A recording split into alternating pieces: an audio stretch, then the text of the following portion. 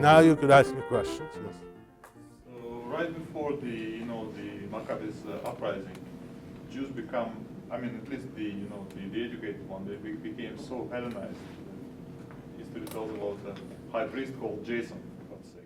Yeah, it's in the same book. All the sources come from books of Maccabees. Yes. Maybe it was just another means of kind of extending their. No. But these were people who were rebelling against Hellenism.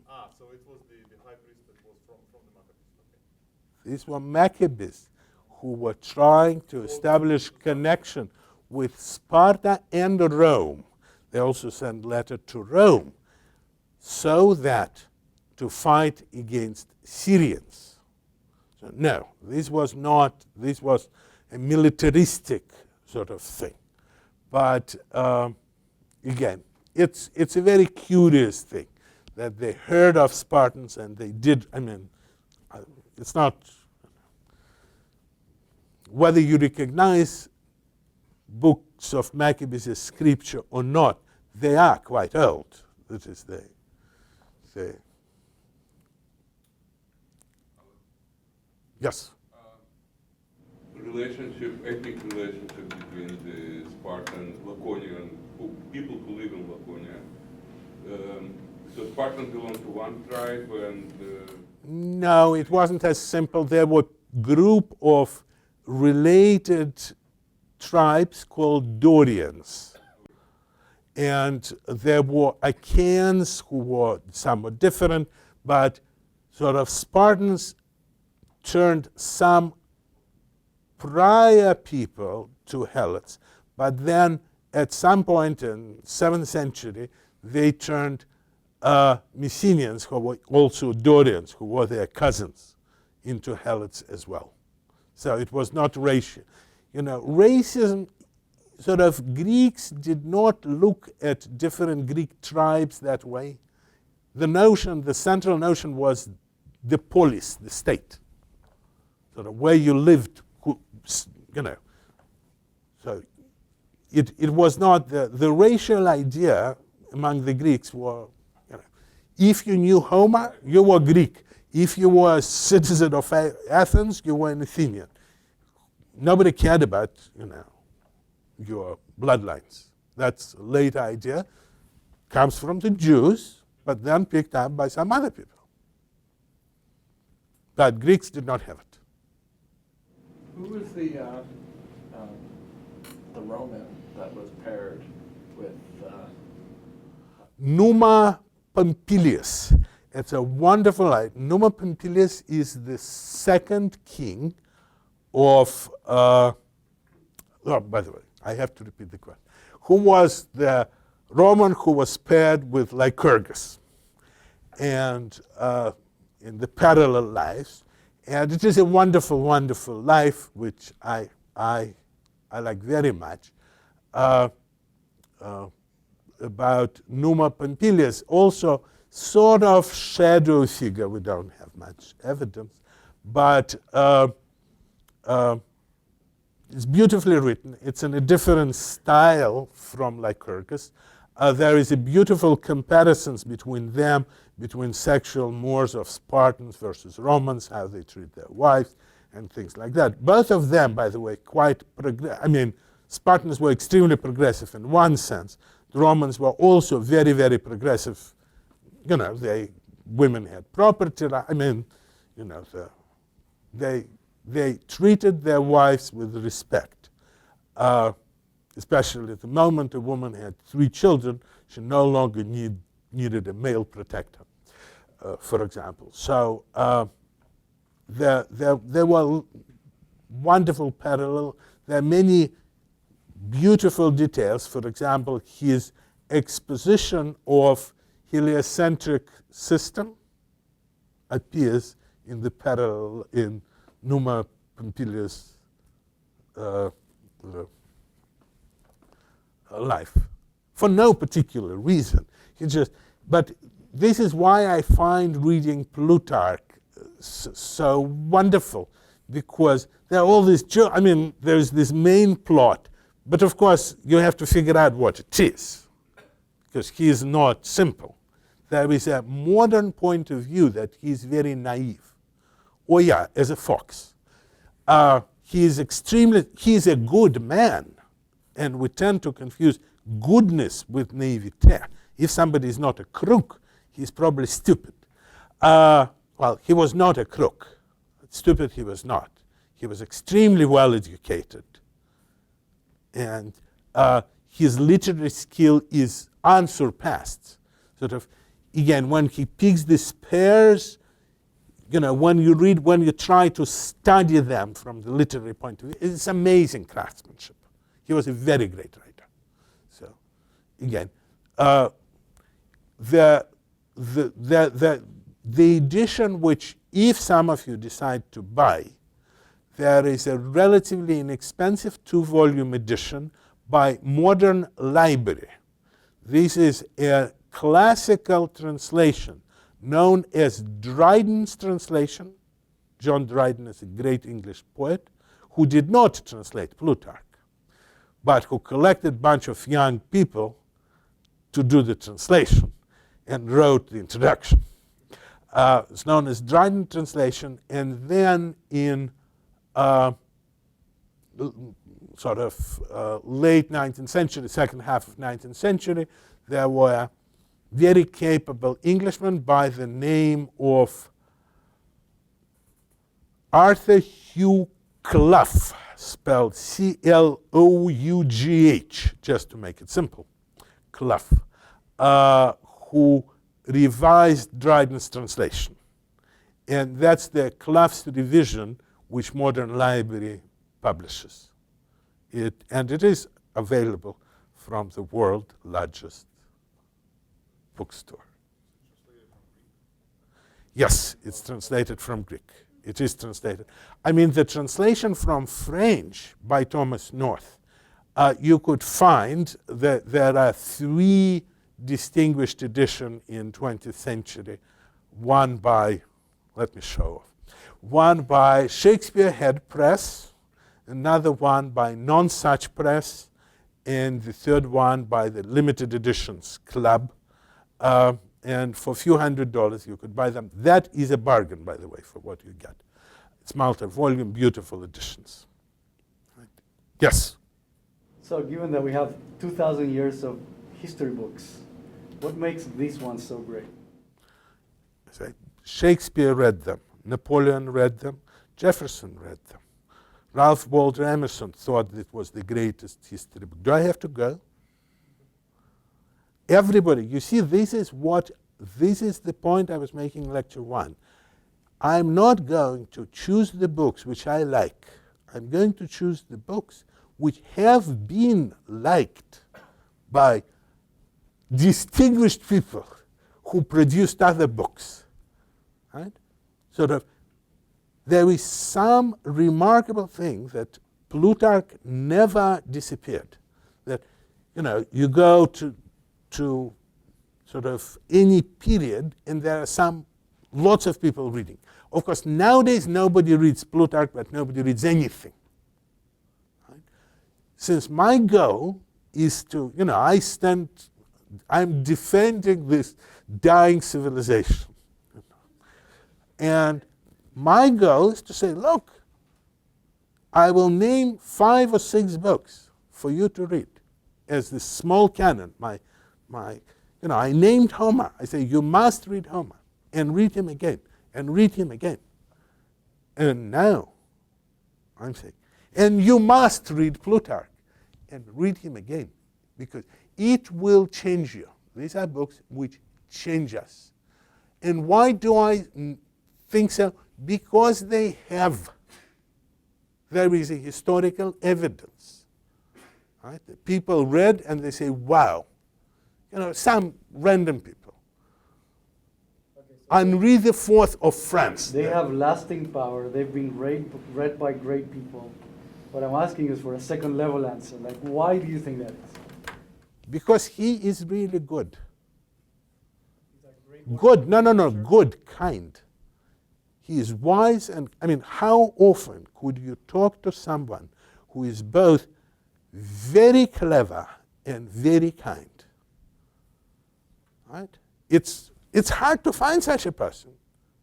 I mean, kind people are rare, clever people are also pretty rare. So and for me, my encounter with Plutarch is, I feel depressed often, usually, daily. I need somebody who could talk to me.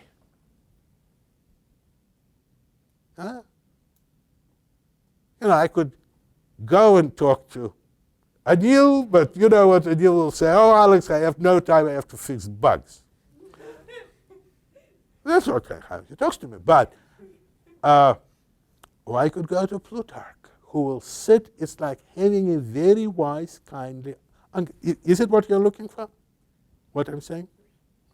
So, right? It's not, and he knows something. No historian quite understands that it's the little details. It's not the great battles which matter. It's these little human level things, which you encounter, which plus it's oh so funny. You say everything funny, whatever this show on television is funny. I don't find it funny. But I do, I go and I find this Lycurgus. Somebody comes to him and say, well, we have to have democracy, so everybody has a voice. Lycurgus turns to him and says, go and establish it in your house. Those of you who have children will know, right? So this is, what could I tell you? This is why, it is wonderful. It is wonderful. Yes, other people, I personally, again, I started reading him when I was 11, and I still read him. I occasionally forget, how life is, and then I regret. It's this kindly, wise voice, and I strongly, strongly recommend Parallel Lives. But when you grow up, if ever, Moralia, these other things, they're also quite wonderful. They're not, they're not in the short canon. The short canon, Parallel Lives. Right? So in many respects, forget about this one. Well, it's actually 15 volumes like that, Moralia. And 11 volumes like that for Parallel Lives. He's prolific, let me put it like that. But it's wonderful. It's actually good. There is this wonderful, kind, wise voice in the mess where, occasionally you encounter, I forget where I was reading it quite recently, that some Byzantine bishop in 10th century was sort of praying every day that, oh, he is a pagan, but, oh Lord, don't let him go to hell. He's so good. So, there is some goodness in him, which I do not find in many. And in terms of, we'll be talking about other Greek historians, not as much. I have this problem with time, and some very many important historians I'll have to just not mention. But modern historians, who is the greatest 19th century historian? Okay, Leopold Ranke, no question about it, German historian. There is a reason you never heard of him. There is a reason why not even any modern historians read him. Because, he discovered, his fundamental approach was that history has to be document-based. Don't base your history in other people's book. Go work archives and do things. Very major contribution. By the way, I go read Plutarch, his life of Agesilaus, a Spartan king. And he says, well, nobody knew how the names of his daughters, and he continues, I went to Spartan archives and found the names. This is 400 years after, right? So he was doing archives too. And he knew it was, I mean, who cares about the names of Agesilaus's daughters? It's not a big deal. But he did go to archives. So even there, I mean, modern people tend to say, oh, Plutarch, he was just this naive, stupid guy telling silly stories about great people. Oh no, oh no. They're naive, silly guys writing books who nobody reads. That's the difference. Yeah, it's very hard to reach that level. I mean, okay, no, it's not very hard. It's impossible. You know, people like that are not born. He was very special. Again, look, if I'm coming with a short canon, I could name only very, very special people. Right? Yes, yes. So you didn't talk about Spartan poetry or music. I didn't. They did have poetry. They did have poetry, and they were very musical. Every Spartan, they were not educated. They knew how to read and write because every Spartan needed to know how to read and write. Why? Military dispatches. And they had this wonderful, it's an aside, this wonderful coding technique. What they did, they had a stick, 2 sticks of the same width. So I took a narrow leather strip, wrap it around, wrote my message, and sent it. Only the guy with exactly stick of the same width would be able to read it. That was the Spartan cryptography. Apparently it was very effective. Nobody ever broke it. But music and poetry. But music was very, very important, and so was poetry, military songs. Spartans would march in battle with this high flutes playing this sort of gentle music. I mean, you know, Spartans had this absolutely different, I mean, if you watch some idiotic movie from Hollywood, yes, no. First of all, you dress as beautifully as you can. Spartans would have special red shirts to cover blood, but also to look beautiful. They would groom themselves when sort of the Leonidas and his soldiers are facing the last battle. They know what they're going to do. They're going to die. And Leonidas tells them that today, eat breakfast well because the dinner will be in Hades. So what do? They'll go and start grooming their hair.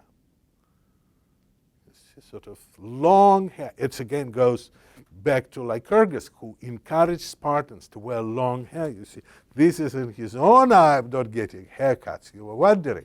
But sort of he said, this is a direct quote from Plutarch, it's Lycurgus according to Plutarch, that long hair make beautiful people truly beautiful and ugly people truly ugly. So whatever, I mean, you know, yes, they would be nicely dressed, groomed, and well choreographed. The march of Spartan phalanx was something to watch. You know, there are certain things which I would really want to see. And not the battle. The battle probably wasn't that exciting because they were killing someone. But sort of their march, and Xenophon, in his Constitution of Spartans, explains, and he was a great commander himself, explains what they could do. They could sort of start in this formation and then totally reverse from left to right without any commotion, convolution, with convolution, I guess, but with sort of in a very gentle, beautiful way. So they could transform themselves from whatever I by J matrix into some other I by J matrix with no problem while marching. So they were extremely good at dancing. So dancing, yes. Music, yes. Poetry, yes. Militaristic poetry. The typical poetry, sort of, which Plutarch gives in his life, is this 3 choruses. Old people, the fighters, the young boys. And the old people sing, "We were great fighters once, we did our thing."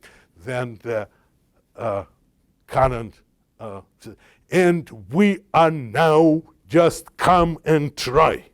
And then the boys say, "And we will be better when our time comes." So they had this very nice music. And they did know Homer, remember? Did they write plays? No. Did they care about, okay. It's also from Plutarch. An Athenian comes to a Spartan and says, "You guys are very narrow-minded and uneducated." And Spartan says, "Yes, we're the only Greeks who didn't learn any evil from you." So that's, it's also Spartan humor. They were, look, what you have to understand that we are watching Sparta in a very interesting way. So what do we see? Spartans didn't leave any written record, other than some poetry, but there's nothing, no historical record. Right? And they were extremely secretive. Like when Thucydides tries to get to their archives to find out how large their army is, they said, "Oh, it's large enough." I mean, they don't want you to really know anything. Again, one of the laws of Lycurgus is that no law should be written down. There are no written laws. So what do we know? We know the image of Sparta, the myth of Sparta, developed by their opponents, by people who they were fighting, and in some sense, eventually they destroyed Athenian supremacy over Greeks. They were freedom fighters, Spartans.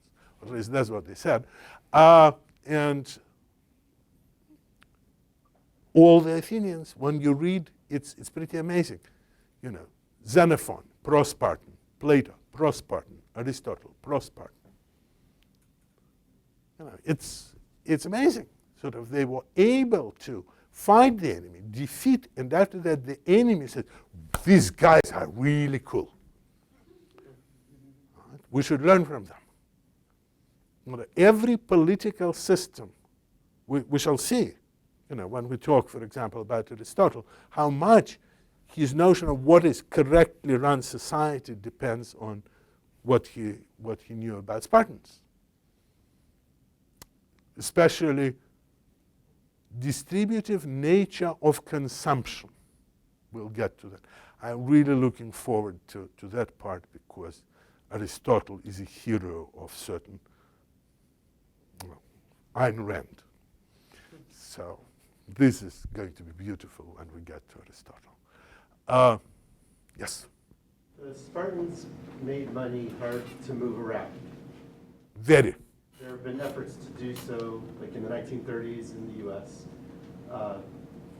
Generally, when you make money hard to move around, unless you have draconian measures, which they may have, there tends to be an increase in banking and credit and other means to get around it.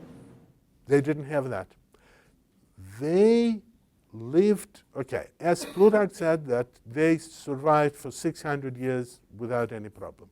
What happens, and that literally what happens, according to him, but according to any other sources, is that in 404 BC, they win a major war, Peloponnesian War, against Athens.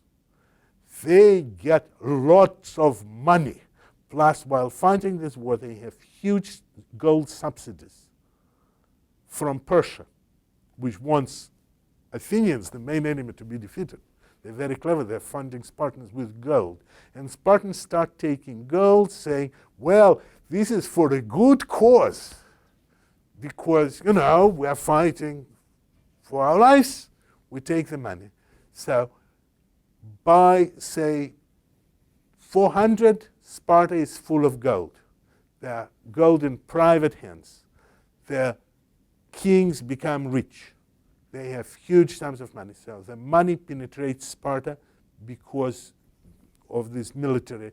It's not true. I mean, while they stay sort of on their own and they don't go into international politics big time, their money supply is total. I mean, there's no gold in Sparta. I suspect that if you came to Sparta in 450, you wouldn't find a piece of gold. When you come 50 years later, it's a flush. And then they start doing, the money, the economy changes. I mean, they start renting commanders to other cities because, oh, we have good generals. We could send our general for a pay here. They start renting their soldiers. Oh, and if you send us so much money, we'll tell you a contingent, send you a contingent. So they're, you know, but it was not through, they utterly ignored the money economy of the rest of Greek world for a long time. And there were seemingly no penetration. But then when they got into major international alliances and, you know, started, I mean, that's what Plutarch says, but that's what Xenophon says. I mean, like everybody agrees that's what happened. And they lived then, not Plutarch, but Xenophon literally, I mean, he was a good friend of Agesilaus and a student of Socrates. So I don't know if I answered the question, but to the best of my knowledge, that's what happened. Again, you have to, Jack is there. All on your own, without Ryan. You arrived. Good, good. I know where he is. Yes. Good. I didn't see you. Sorry, guys. We often attempt to view our last 50 years as, you know, that's how things happen. No, it's just that's how things happened the last 50 years. The world is older than 50 years. At least this is one of the things I try to show is precisely that.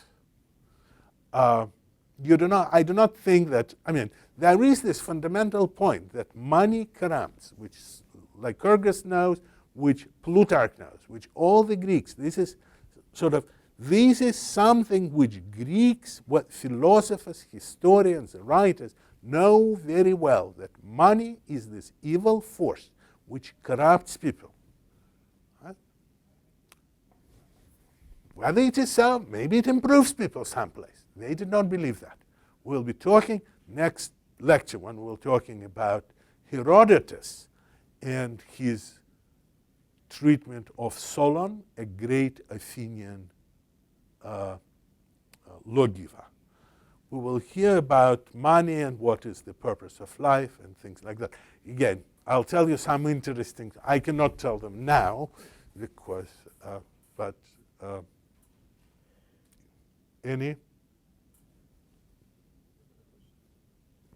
Well, I was going to ask what they did with all the surplus production if consumption was so heavily regulated, and it seems like they would have. Very good question. Yeah. Yes, very good question. What did they do with surplus production?